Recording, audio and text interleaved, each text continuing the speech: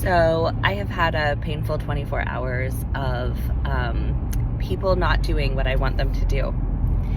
And that is one of the most, I think it's the most painful thing to me, is when I want people to do something and they don't do it, right? They shouldn't. Hoy. And I had a bit of a hard day. I reached out to people. I got myself a little centered. I, felt the grief of it and the pain of it. I slept okay, but I woke up with the dread. Like, oh my gosh, I need to never get out of this bed again. I can't face it. These people are so bad, right? And I cannot face it. It's not okay. And thank goodness that I have some places now that I have practiced that eventually tap on my shoulder when I'm in these spaces of dread about all of the things that people should be doing and the things that they should not be doing. One of those things is the work of Byron Katie. And so I got myself to the podcast and I listened to an episode, and it's like immediately I'm like, all right.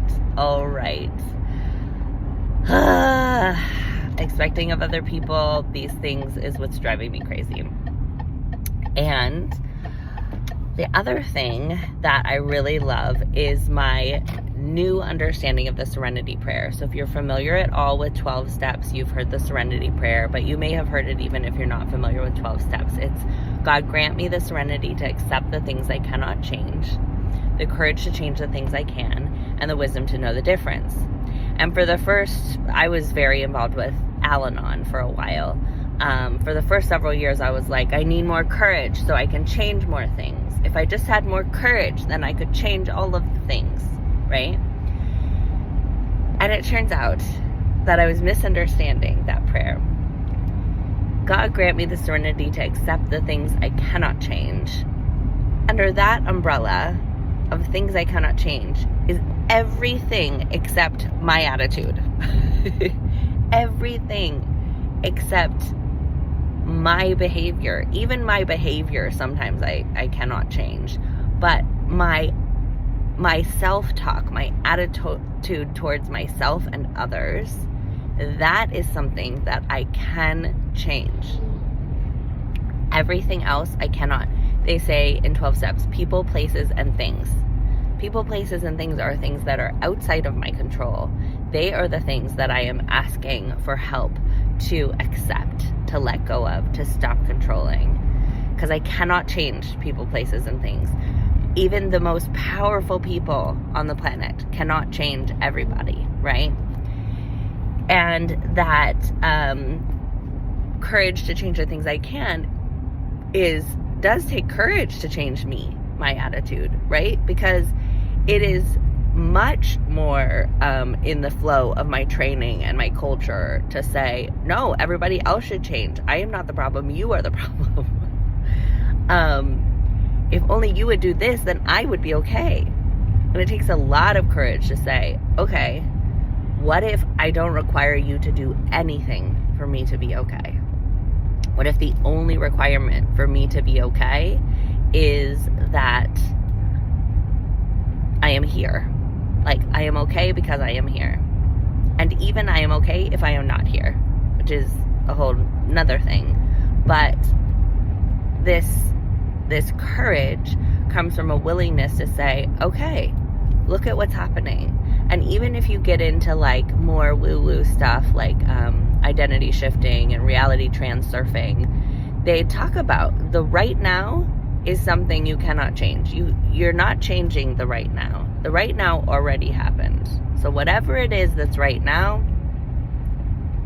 not worth fighting, not worth being upset about, not worth trying to change.